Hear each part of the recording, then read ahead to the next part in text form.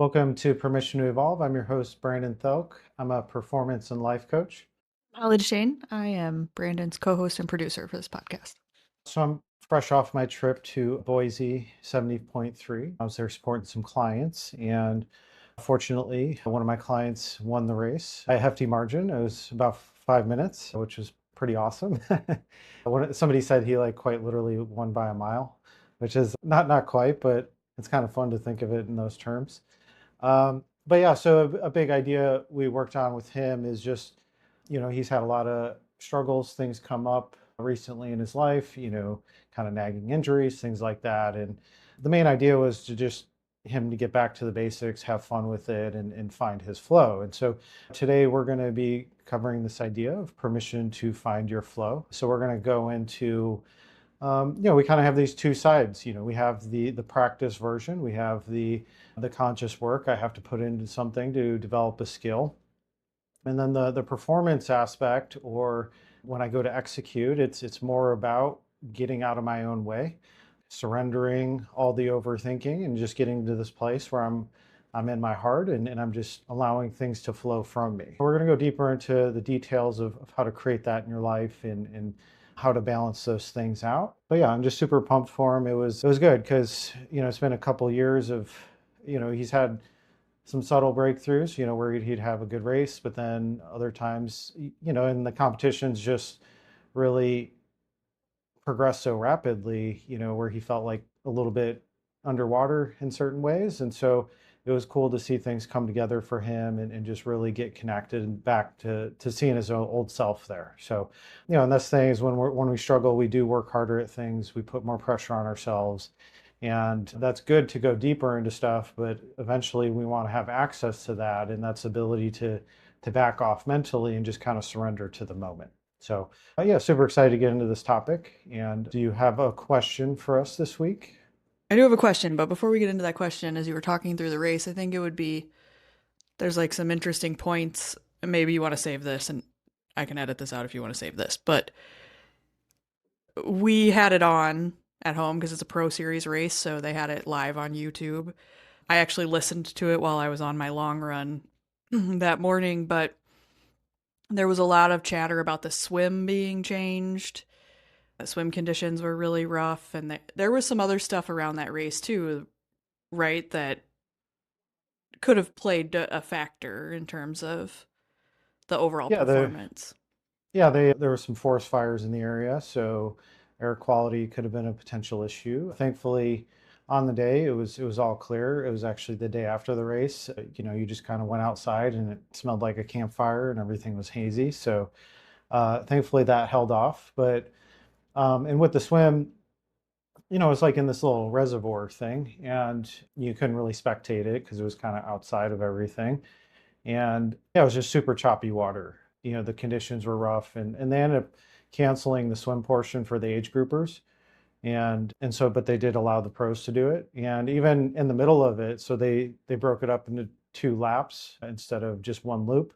And they were thinking about calling it after the first lap. Things were so bad, but they ended up sticking with it, and everything went okay, thankfully. But that was an important thing for my client Sam. Is the swim is his weakness, and he kills it on the bike and run. But he if the swim gets canceled, people think that would be a good thing for him, but he actually wants the challenge. He wants to do the whole race. He wants um, to continue to develop the swim, and so he actually welcomes those challenges. Even he had a race down in Gulf Coast a couple months ago, and they shortened the swim a little bit there. And but then he had the fastest bike time ever, and everybody was saying that it's because they cut the swim short, right? So he's kind of always caught in this position where he can't win with stuff, and it's a little frustrating. But yeah, they did the full swim, and yeah, it was really intense and brutal. Even the best swimmers kind of struggled with it, but he got through it. He actually came out of the water relative to behind the leader that he's usually like 4 or 5 minutes back, but this was about two. It was actually a very good swim for him given the conditions. And yeah, so just like a lot of uncertainty, a lot of challenges, and other clients and and athletes, I spoke to, that was kind of the things that triathletes are like big planners. They like to have every detail sorted out. And when there's these unknowns, you start to see the anxiety get dialed up with people, when they're not sure how exactly things are going to go. And so that just reinforces this idea of being flexible, really trusting yourself. And, I think he like exemplified that in this race, which was really cool to see. Yeah, super cool to listen to, for sure. Okay, so moving on to like question for this week. And to go along with our theme of finding flow, the question is a little bit personal for you, but what are ways that you find your flow? So at this stage, things are generally pretty automatic for me. It's very easy for me to step into it. It just took massive amounts of training. We're going to get into kind of those dynamics, but yeah, and for my process was about every morning waking up, checking in with myself, checking how I'm feeling, and working through any tough emotions, any tough thoughts I have before I go do anything. It's this preparation for whatever you're about to do. And so I teach alignment. I teach um, processing the emotions so that they don't come up to haunt you, so they don't spring up on you when you really need to perform or when you need to execute. And so it's just these regular practices of finding your alignment with yourself. And that means like I want to be able to, if there's something on my mind, if there's something that's pulling me into negative emotions, going back off last week, owning what you feel, like that's really all it is you just continuously uh, go through the feelings until you get a better handle on things where, when you do a lot of this work, your sensitivity dials up and you start to feel things very intensely, very quickly. And so there was a lot of kind of rough periods with that where, I felt heavy kind of all the time. And so I just really created that space in my life to kind of build that inner stability and strengthen that connection within so that I have access to it very easily now. What that looks like is, when I first started coaching, it was like before calls, I would do a lot of prep work. I'd kind of think about everything I was going to teach or talk about that day to just kind of give me some sense of like calm or peace of like at least like I have some certainty if the conversation's not going well, or especially early on when I was working with high school kids where, it was a lot of me just talking rather than a conversation. And so it's the preparation stage is kind of doing what you need to do to feel calm and at peace with whatever you're about to do. Okay. So flow is just alignment with yourself. It just means that I trust what I'm about to do. I feel well prepared for it. And I don't have to think too much about it. I can just step into it. You could have like some anxiety ahead of things. My phone calls initially, I would have anxiety. It's just kind of like given a doing public speaking or something like that, where it's just like you kind of have the nerves build up, or going into competition. It's just like, oh, what's going to happen here? Any situation where there's uncertainty, generally we're going to feel some sort of anxiety, but we start to counteract that with building self trust. And the way to build self trust is to understand yourself at a deep level. So that is going through your emotions, feeling them, understanding them. And so that starts to solidify. You start to get the solid ground beneath you where it's like no matter what happens, I kind of trust that I can respond accordingly, not react. Okay, so reaction is when our emotions get dialed up so much that we have a coping mechanisms to try and relieve stress.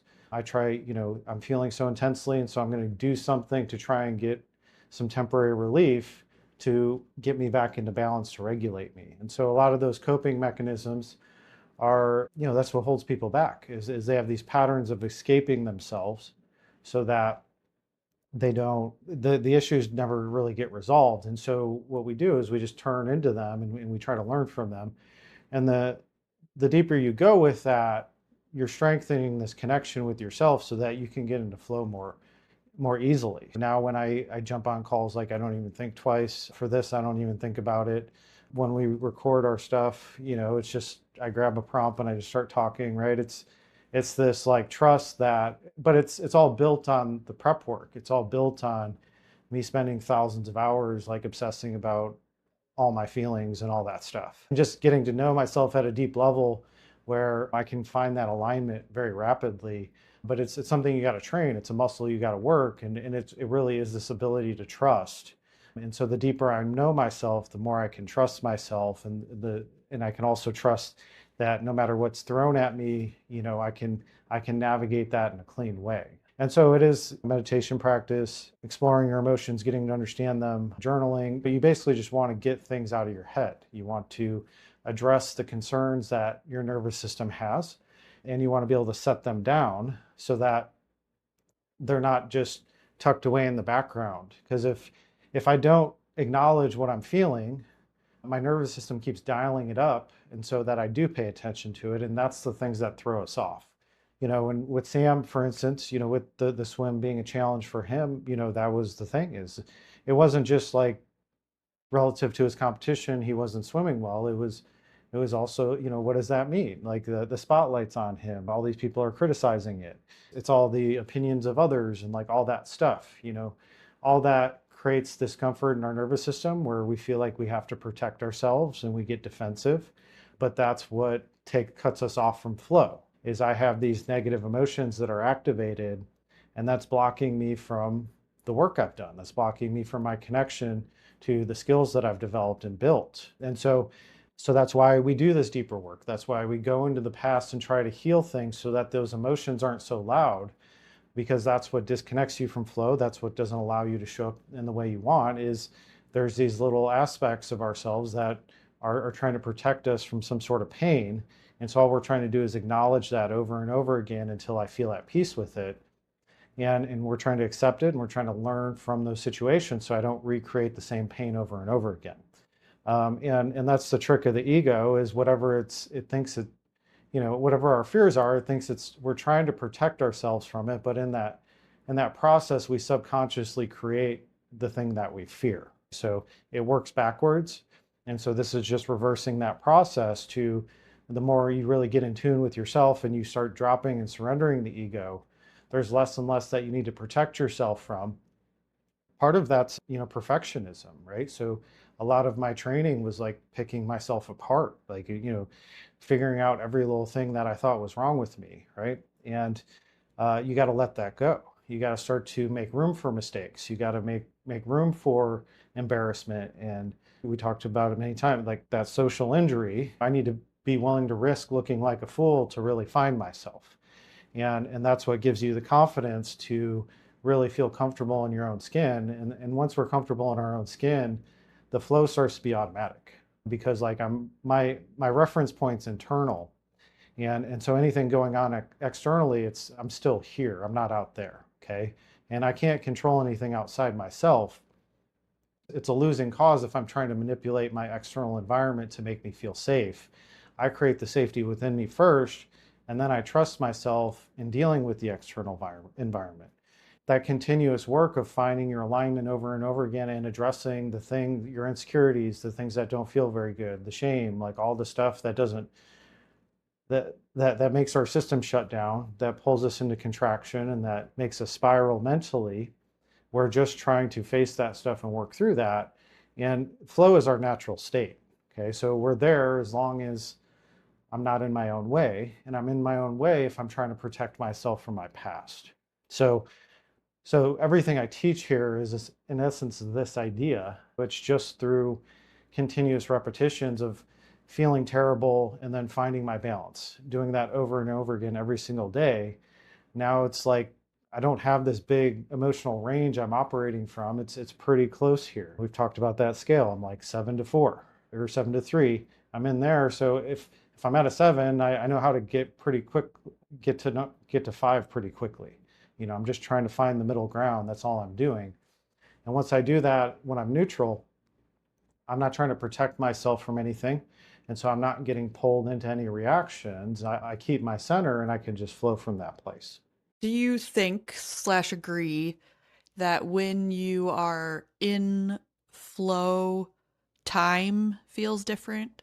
Like a lot of people will make this sort of correlation, right? Of if they're working on something and they get into flow, that time becomes like not a factor. Like it moves really quickly, or like they don't realize the amount of time that's passed. because of the way that they're working. Yeah, I think when we're like in complete alignment with ourselves, I think we are operating out of this a little bit of this realm of time and space. I think it is just when you're consumed by something and you're like devoted to it, there is nothing else on your mind. You're just in this place of receiving. There's more and more information on how our brain is kind of this, it's receiving mechanism. It receives inspiration. And so I'm an open vessel and things are just flowing through me. And that means I have to be out of the ego state. Okay. That means I have to be kind of detached from this like personal identity. And in that place, time speeds up, like things move quickly. Our brain is operating at such a higher level that, I think we're not just, because it's the slower pace of our brain frequencies that like grounds us, right? But if everything's working really quickly, there is a bit of a time distortion there. The peak brain state, I think it's gamma, I believe, if you look at the scale. They like study like Buddhist monks and things like that, people that have like meditated their whole lives. And yeah, they like everything's like integrated and connected in their brain and it just operates so clean that they're able to kind of stay in that gamma state on a pretty regular basis. They can step into that. And everything's training. The more I get there, the easier it is. I start to understand how to get there on a regular basis. And so things do just get easier the more you practice them. It's like true of everything in life. What's that? I was just saying, like, that's like true of everything in life. When you're like, things get easier the more you practice them, hard things get easier, there's Mhm. all of that stuff. So you've mentioned meditation, you've mentioned journaling. Let's maybe talk about practices that people can use. You mentioned, r- your prep for your sessions, but if we have the practical application of it, as you were going through that, I was thinking about in my, day job, I used to have to interview for, you know, less desirable behaviors in other people, right? So when people would do things like steal or sexually harass someone else, right? Like I would have to interview the person, make an accusation, blah, blah, blah. But everything that you just described as part of that, like I use a practice called non-confrontational interviewing, but every bit of that you described, I had to do for a long time for all of those interviews. I would literally write down exactly what I was going to say, what I thought they were going to say, what was my response going to be to that before I could do the interview. Versus like over time, it just became second Second nature. nature to like Hmm. be able to have those conversations. Hmm. But so that's an example, but let's talk through like the different examples or practical ways that people can think about getting into flow.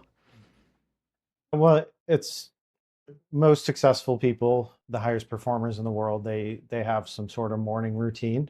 I think there's something to that. It just, but that's also not necessary, right? All these things are dependent on your mindset. It's how you see the world. It's how you show up. I might be able to get into flow very easily with my work, but it might be challenging, in relationship or social dynamics and things like that, right? It's all context based. If you want to be an expert or genius at something, that's just like you being able to get into flow really easily in respect to that area. Okay. And so that's what I've like trained with this. But there's things I have no interest in, things I don't care about. That's like harder. I really have to, you know, work through it to try and get past all the mental blocks because it's like something I don't want to do or I don't care about. Right. The morning routine piece, people will like they'll journal, they'll, kind of empty their mind, sit in meditation, and you're just trying to get a singular focus. You're trying to address whatever you're feeling inside.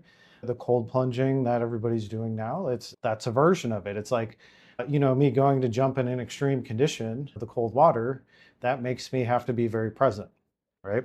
And and the longer I sit in that, the more my subconscious mind activates to try and protect me, right? So a lot of people, when they go into a cold plunge, they have to confront themselves, right? Because when I'm trying in these survival conditions, my mind starts feeding me all the worries and anxieties that I have, okay? Fears, things like that. And so these are all just ways to training, resilience is this my ability to uh, accept and adapt to stress and move through it rather than run from it. So it is by doing hard things. That is how I strengthen my focus because a lot of times we need some sort of bigger stimulus to kind of bring the darker stuff up. That's one of the things I value about endurance athletes is this willingness to suffer and go through things because that makes you confront yourself. It could just be listening to music. It could, classical music or a favorite song or whatever. It's just you're trying to get your system calm, you're trying to get it relaxed, you're trying to get it focused and dialed into things. And if I have things on my mind that I'm worried about, that's going to be distracting me. That's going to be pulling my attention. That's what takes us out of flow state is I don't feel safe. I feel like I need to protect myself from something. My survival brain is the first barrier I have to get past. I have to learn to feel safe, be that calm within a storm. The thing is, you can train yourself to be calm in any situation, even really scary situations. That's what like firefighters do and cops and stuff like that, right? Military. You have to be in your center. You can't be reactive under intense pressure. It's these types of situations that allow us to get to that place. In those extreme versions, like military or cops, that is survival based. Is I need to be fully aware, fully alert, fully present, because I might be in a life and death situation. We don't need things to be that way, but that's an easy way to train it. Is you put yourself in a really intense situation where you have to be present. That's how you develop that focus. But it's finding things to challenge yourself to bring up these lower emotions. And so it could just be I'm going to go for a walk and I'm going to think about my day. I'm going to think about the things that bothered me. I'm going to think about situations where I felt like I could have done better or I made a mistake or I beat up on myself, right? It's like by addressing those feelings, by moving through them, we're no longer storing them and keeping them locked away. Like that's what pulls us out of flow. That creates all these things that I have to protect myself from. And anytime I bump up against any of those things, now I activate those emotions again, and now my mind's in the past. That's the thing with a lot of the therapy culture now. It's about like managing things rather than resolving things. So I have these mental health issues going on within me, and I need to try and organize my life so that I don't have to confront any of those things. That doesn't like solve anything ever, right? It just makes you weaker, actually. You need exposure to the stress. You need to work through it. You need to get to the bottom of like why that's even happening to begin with, and you need to resolve it. And then it's like not an issue. You don't need to manage anything anymore once you heal it. So it's through this finding ways to confront yourself. That's where we can find the flow. And like I said, it's context based. I've been able to do this with coaching, but it's generally we're more motivated to take that path and do the hard things with things that we're really passionate about, things that we have a great amount of interest and desire behind. Like that's going to be the area where you're going to be developing those skill sets. Is like that's how anybody's good at anything, is they've just worked at it so for so long and so hard that they've learned to find alignment with it pretty regularly. That's one side of the equation, is the work aspect. Okay, is like I need to actually do the work. I can't skip steps. I can't skip ahead. I have to learn the ins and outs of things in order to fully trust myself in that situation. The flow side is when I go to do it, I can just surrender. There's the training mode, which is me consciously thinking about it. The flow mode is me like trusting that work that I put in it. It's me being like, okay, I did everything I could and now I just need to let go and I need to be in the moment. I'm going to get out of my head. I'm not going to overthink anything. And I'm just going to be very present with it. Okay. So all we're trying to do is train being present, train being focused. And the way we do that is we work through the struggles, because if we don't work through the struggles, that's what comes back to haunt us. That's what pulls us off track. So any practice is about finding alignment with yourself, which is this regulated state where I'm not thinking very much and I'm in my heart space. I'm not worried about all the things that could hurt me. I'm not worried about all the things that can go wrong. I trust that I can take the steps and everything's going to be okay. That's where it's helpful to have some sort of trust in the future or faith or whatever you want to call it. We need to believe that everything is working out for us in some way. And if something comes in, that's just designed to teach me or to train me further. So the challenges I'm experiencing, that's to take me to a higher level. That's to expose my weaknesses. So if I have some unresolved things in that area, like they're going to be exposed, especially if I want to operate at a high level, that is dependent on me being in alignment. You can't like fake this stuff. It does just take a ton of work. And as you do that work, you're confronting yourself and you're working through those weaknesses. I might be able to get an alignment over here. I might be an expert and that might be automatic. But then if I step over here, I might feel lost. I might have no idea what I'm doing. And you see this a lot with people that work all the time. They could be very good at their jobs, but then they have terrible relationships, right? But the same rules apply. If I'm really good at my work and I want to get good in my relationships, I, I take the same process. Same exact thing. I just need to give it more focus and attention. I need to work through my insecurities, my shame. I need to take accountability for the things I've done wrong. I need to have the hard conversations. I need to do all that tough work so that it's no longer standing in the way of me and the other person. That's things. It's like if you're not in tune with your partner, you can feel it. There's a block, or we feel disconnected. I feel irritated, annoyed, or whatever. So once again, it's okay, I'm feeling these things. This is information for me to work with. I need to explore why I'm feeling that way in order to remove that block. That just means I need to address some deeper emotions and I need to make peace with them so that I can expand outward again. I can open back up. And so the process is the same no matter what. We all have strengths, and that's where it's easier to get into the flow. But also, it's like what's going on in your life, right? We see this a lot where people like might be really good at something, but then they start experiencing a lot of things stack up in the other areas that they haven't addressed. And those problems start to spill over. And so now they're doubting themselves in the area that they're actually great at. These things are just an accumulation of stress. Stress is stress. There's always a tipping point, and I can compartmentalize all I want. And some people are very good at that. But at the end of the day, if those things are stacking up, that is going to be affecting my performance. I work holistically, so that means we address all of it. Whatever is bothering you, I want to work through that so it's not occupying your mind, it's not jamming up your system, right? So that's what I do with my athletes. It's like when you go to perform, it's not just about the race, what's going on with your family, like kids, all these things.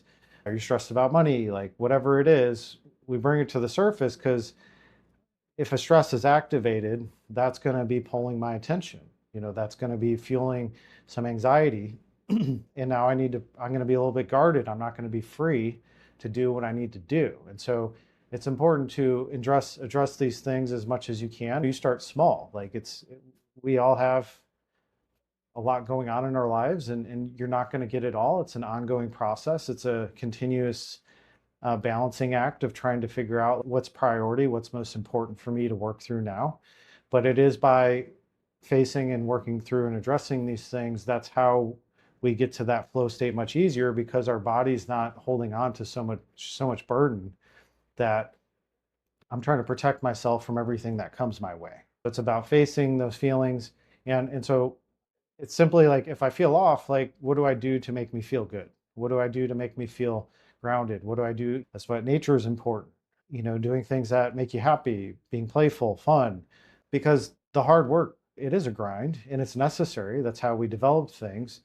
But then the flow state is like getting back to being playful with it, making it fun again. If I've taken something too serious, and this happened with me with baseball, where I just put so much into it and I became so desperate with it that it was literally making me miserable. This happens a lot with athletes. You succumb to the pressures, you put too much emphasis and pressure on everything. And so now it's not clean anymore. It's not a game anymore. It's not fun. We can pretty quickly get back to increasing performance by simply just not taking it seriously anymore. It's actually, I took it serious because I needed to do that work. But when I actually go to perform, it's about backing off that seriousness. And it's like having fun with it, because that's what frees me up to be able to do what I know how to do. But if I'm bringing all that pressure and stress into performance, that's when I'm going to make mistakes. That's when I'm going to have a bad performance, is I'm making it mean too much. We just want simple thoughts about it. We want to, hey, why am I actually doing this? I'm doing it because I enjoy it. It's getting back to those basic fundamental ideas that frees up our mind, where I'm not, because especially, at the highest levels of competition, okay, I'm under a microscope. All these people are picking apart every little thing I do. I have to get to the point where I don't care what other people think. And the way we do that is we go internal. We start to build this inner strength where I have this confidence and belief in myself. And not everybody knows all the details of your life. They don't know much about your life. They're just seeing what they see, right? And whatever we see, what we see, we just make these blanket judgments about, right? So that's the thing is we don't know the depths of what anybody's going through, and if they're struggling, there's probably something deeper than just the sport they're playing or whatever it is they're doing. It's there's probably other things that have stacked up. That's why we go in and resolve all of it, so that we can keep everything clean. When it's clean, it is easy to find flow because you don't have any of these dominant things that are pulling on you that that have the fears and anxieties attached to them. It's creating this space where everything's manageable. We have to prioritize, but if any emotion's too big, that's actually what my priority is. Because that's the thing that can haunt me is like if I get plugged into, total shutdown, total overwhelm, that's going to tank me immediately. Our highest priority becomes what is the biggest feelings I have? What are the most intense feelings I have? Where do I have the biggest doubts and worries and anxieties coming from? And we want to address that stuff so it's not showing up at the time, where we need our best self. Earlier, you talked a little bit about working through the struggle. I'm wondering if we can talk through like an example. I don't know if you have a story that comes to mind, right? Where like the struggle came up and you like stuck with it and got to flow. Because when you were talking through that a little bit ago, one of the things that came to mind for me is sometimes people hit struggle and that becomes like a quick off ramp, right? That's the Mhm. opportunity to quit or pivot or change directions. And so I just was wondering if maybe we could talk through some real life examples.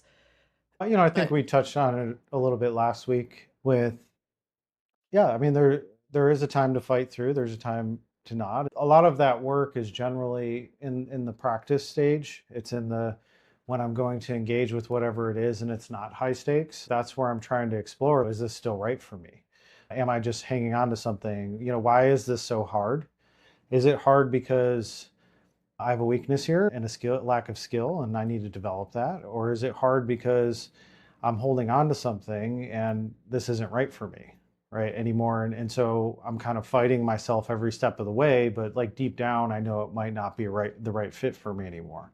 So both like emphasize kind of like the deeper connection aspect of through our struggle is where we learn those things. So it's usually like sticking with it in the proper context of, yeah, like I'm going to do this. I'm going to work at it. I'm going to see how that's going. If I get to this place of dread, if I get to this place of sabotage and things like that, there might be something deeper within me that, hey, like I'm actually not even doing this for me. I'm doing this for somebody else, or I'm doing this to prove somebody wrong. And I might not actually like love this thing. Okay. So it's like deep, intricate work. Anybody that like really focuses their attention and gets really good at thing usually does start at not feeling good enough, some sort of pain of, being compared to others or not getting the support we needed, things like that, that can drive a lot of our actions. We always want to get to the point where we start to let that go and surrender that, because that's what like kind of blurs the lines. That's what makes it challenging to figure it out, whether this is like true for me or not, is because I've made the situation about somebody else. Okay. So it's always about getting back to yourself. And that's where you're going to find your answers. And with athletes, it is like, okay, if they're coming off an injury or they're feeling like there might be an injury, like we listen to like the sharp pains, uh, the stuff that's like, okay, yeah, like I hit on something here, I need to back off. But if it's just general soreness, general, I'm tired, this is difficult, like that kind of stuff, it's still about managing your energy as well.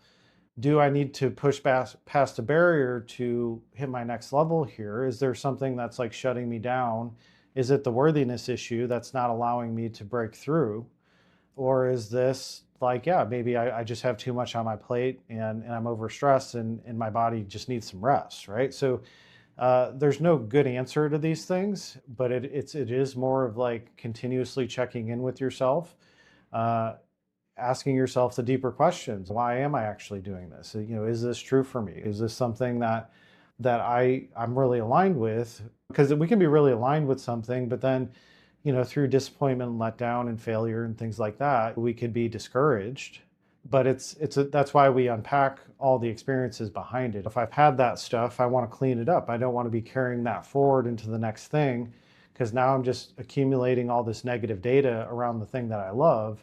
And the longer I do that, the more that's going to sink me and the more I'm not going to enjoy what I'm doing, and I might really get lost there. So there's many different offshoots to this. There's really no simple answer other than, if you feel like you're fighting yourself constantly, that is something in your mind, whether that's lack of self-belief that we need to heal, or if it's I'm doing this for somebody else and I'm trying to prove somebody else wrong.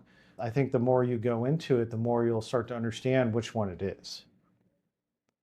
But if I still have a desire behind something, we take things as far as they go. So as long as like I have something to work with, like I keep doing it. But if that's gone and I'm still like forcing it, then that's just me hanging on to the past. It's a highly individual thing. I think it is. Are you like locked into an old idea of like in college or high school or something, or is it like, hey, this is where I'm at right now, and yeah, this doesn't really suit my life anymore? It's a highly individual thing. But if you're fully committed to something and you're just hitting some roadblocks and some challenges, but you're still excited about the potential of getting past those, that's going to be like, I need to go discover like what's holding me back there. Okay, so that's still me going into the struggle, like, and learning about it. If I get to the other side of it and I realize what am I doing? I don't even like this anymore. Okay, that's where we redirect it. But we don't ever really know. You see this a lot with athletes. I've seen it countless times in the baseball world where people didn't fully commit to things, and let's say they were a good baseball player and they maybe like partied too much or whatever. They didn't really commit to the thing they loved. Now they're like in their 40s and 50s in like men's leagues and stuff, still like hanging on to all the regrets about that time period where they didn't give it all they had. It's important to like go into that stuff and really understand why you're doing what you're doing, because if I'm holding on to regret, now we have desperation, now we have all this extra stuff into it where it actually doesn't allow us to have fun with it anymore. And the reason we want to get good at anything is because that's what's fun. Like being really good at something is fun. And if it's not fun anymore, that means I've killed it. That means I've hung on to something too long and there's nothing left for me there. And so that's where I might need an identity shift, and I might need to rebuild some other version that's cleaner, because sometimes we stack up too much stress and too much of that negative energy around something where it's pretty difficult to salvage. It is this continuously like soul searching with things, and trying to figure out like what does truly excite me, what is truly fun for me, what challenges am I excited to conquer, what challenges am I excited to work through. But if I'm dreading it, if I feel like I don't want to do it, I'm just forcing myself to do it, that's generally out of habit. And that's generally not something that's deeply rooted that, hey, this is like what's perfect for me. And well, so with the context of this being a podcast, there's every different version of these things. And it really is like such an individual thing. A lot of if you're feeling that stuff, it's kind of that call to, maybe do some deeper work, or, talk through some things with somebody, because maybe you've gotten in your own way about it, right? These are the challenges of life. This is the stuff I work through all day, every day. Like, to pinpoint one is just kind of like everything's in the mind, everything's you standing in your own way, one way or another, whether that's allowing yourself to follow your path, or you're hanging on or fighting a path for a path. It's just these internal blocks of you're not at peace with something. And the unlock is always a mental, emotional thing. And so it just shows up in every area, and it's just always a call to go deeper of like what's true for me now. We always want to get present with things. So just because I've done something in the past, like I don't have to continue to do it, but it might be all I know. I might have my identity wrapped up in it. That's a difficult thing to confront, is like I don't know who I am without this thing, and I feel lost if I don't have it. I have a number of clients where, they're in transitions where it's just, God, I don't really know what's next. And so my job there is to get them to feel at peace with the gap, feel at peace with like, hey, if you don't know your next step, that doesn't mean you just you just go back to doing what you used to do. It means like, it's like sitting through and working through the discomforts until you find what's right for you. That can be a pretty uncomfortable process because we're all oriented towards doing. We think that's how we make things happen, is like I have to keep doing things, but it's really about this alignment piece. Once I'm fully aligned with who I am and I'm clear on what I want and I believe in myself, like things flow from that place pretty naturally, and we're usually given next steps. But if the next steps aren't obvious, that's a call for me to go inward and to kind of rediscover myself at a deeper level, because maybe I need to shed some old stuff that's standing in the way for me moving forward into the next thing. Okay, so let's talk about any key takeaways or things that you would hope somebody got from this podcast. Finding our flow is about addressing the discomfort within us. And, there's these two sides and we're trying to bridge them. So it's like me being able to cover all the bases so that things start to be more predictable for me. And that's in terms of my nervous system. It's about me feeling at peace and aligned with what I'm doing. And internal conflicts are what pull us off track. And internal conflicts are going to be a lack of self-belief. It's going to be me trying to protect myself from something. It's going to be me not feeling worthy or good enough. It's going to be me avoiding the pain of another letdown or failure if I've had a lot of those. And so that's the stuff that holds us back is I can't be fully present because I have fears, I have worries that these things are going to come up, right? And so I don't allow myself to go there. And so we can allow ourselves to go there when we address the other side of things. We have to have this belief in a brighter future. We have to have something that's exciting for enough for us that we want to put work into something. Everything does take work. It takes time, energy, and focus, and there are struggles involved with that, but the struggles are representative of your internal conflicts. There might be a skill gap, but there's also the emotional components of things that have happened in your past that block you from your progress. So anytime I go to engage with something, that takes a conscious approach. I need to continuously work at it. I need to find my rhythm with it, and I need to know the depths of it. The more I prepare, the more familiar I am with something, the less uncertainty there is. And the second piece is just once I like master the skill, once I master that area, now it's about being dynamic with it, which is like, how do I bring my gifts to the world? And so that's more the performance based of, okay, I've done all this work, and it's very difficult to just jump into performance when I'm doing this like hard, tedious work. Generally, I'm in that place of overthinking and trying to figure things out.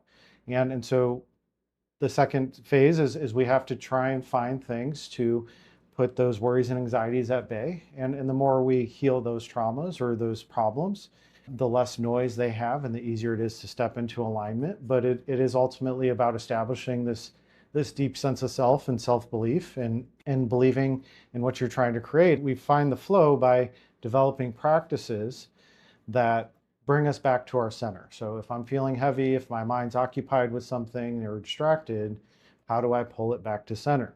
Okay. So yes, that's connecting with nature, it's meditating, it's journaling to empty out our mind.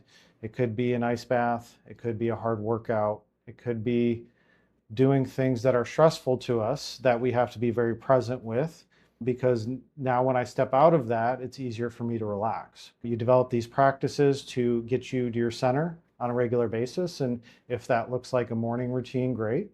But it's always this mindset of I'm preparing for what I'm about to do. And so when I go do it, I want to feel as the best I can. So I'm just trying, you can do like the Tony Robbins stuff of hyping yourself up or whatever. But ultimately, like if we have like self-worth anchors and things like that, like that's going to pull on you. So we ultimately want to address those core issues. You can't override all this stuff all the time. But it's common thing, like salespeople, like they pump themselves up before sales calls, right? They try to get into this optimistic mode. It's just trying to find the flow that's appropriate for what you're about to do. if you're like a musician, you probably don't want to be super hyped up. You probably want to be just more present and in the flow of things. It's everything requires a different energy. And so whatever I'm about to do, I want to start to align with that energy. And whatever that's going to demand from me, I want to be pretty close to that range so I can just step into it pretty easily. Okay, so it's developing some practices that work for you, and this is once again, there's no right or wrong way to do it. It's about experimenting with stuff. It's about finding, hey, like yeah, when I go do this, it makes me feel pretty good. It makes me feel more calm. It makes me feel more focused, and it's there's no judgment on it, and it could be whatever you'd like. So there's plenty of things to pull from here. It's just finding the right recipe for you. And that was the big thing coming off the race is like, okay, we kind of hit this where he was able to be in the flow and just really step into it. And so it's just like each time you find the flow, you take note of what added up to that.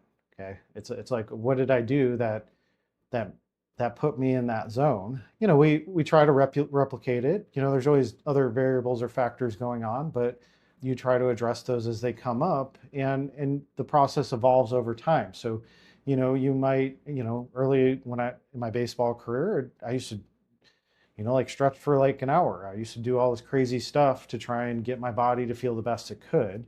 The further along I got, like the less was needed because I've trained it a certain way where I can get in this mode faster. And so that's what you do is you do the extra work ahead of time to try and find that alignment. Once you find that alignment, okay, what added up to that? So that's my current recipe. And as I do that, it's going to be easier to get there. And so I'm going to continually adjust my recipe every step of the way to match where I'm currently at. Like I don't want to be doing the same thing I did at the beginning as now. It's there's going to be a lot of wasted stuff that I probably don't need anymore. So you're always just bringing forward the best practices that still speak to you, still work for you, still help you feel balanced and aligned. And you keep integrating that in. And the more you do it, it starts to be more automatic. And, you can get there a lot faster. You can turn it on. That doesn't happen overnight. It takes a lot of conscious work on the front end. And so we're always just trying to bridge that gap. But you create these data sets of like, okay, this is when I feel my best. What makes me feel my best? And you start bringing those aspects in. Okay, this got me pretty close. The next time, is there something else I need to add, or is there something I need to take away, or is there something on my mind? You keep working the puzzle till things like click with you. So it's being dynamic with it. We like to hang on to habits because that's how we try to create certainty, but life is uncertain. You can't account for every variable that's going to come your way. So we need to also be flexible. And so that's a big part of what I teach is creating a flexible mind to not be so attached to things needing to be a certain way so that you don't get caught up anywhere. So if I have an open mindset and I've created safety in my body, it's pretty easy to just kind of step into things and not think too much about it. So it's by addressing what you feel, going through those things, and setting yourself up for success is putting the work in, and then also finding what works for you in that process. And that might not fit somebody else's structure perfectly. You need to have your own input. You need to apply your own creativity because you're a unique individual. So it's like what's the right thing for me that gets me in this proper space. Let's, I guess, share the key places for people to find you if they're interested in going deeper with you and doing any of this work with you, how they can experiment or set up time with you to do that. Yeah, so let's just go through all those things. If you're interested in this work and want to talk about how I can help, you can register for a free discovery session on my website, brandonthielk.com. It's just 30 minutes where I get to know a little bit about you and share how I can help. Also, if you want to register for my newsletter, The Lightning Report, that goes out each week. So it's some updates on the business, some insights for the week. Generally it carries a common theme to the podcast we put out. So I put reflection questions in there for you to work on. Also, if you want to follow along on YouTube and Instagram at Brandon Thielk, we post out there regularly, and at bthielk on TikTok. Please like, subscribe, follow. Would love to hear from you guys if there's any topics or ideas you want to hear more about. Also, yeah, I booked my flight to Kona today, so I'll be taking my first trip there. So super excited to head there in October. and yeah, kind of soak up that vibe. Yeah, that'll be fun. It'll be Hmm. exciting to hear about that as that gets closer, and then once you work through that too. All the links for all the things Brandon mentioned will be in the show notes or the description if you're watching on YouTube. Yeah, so you can find all that stuff easily there. We'll see you next time. All right, talk to you later. Bye.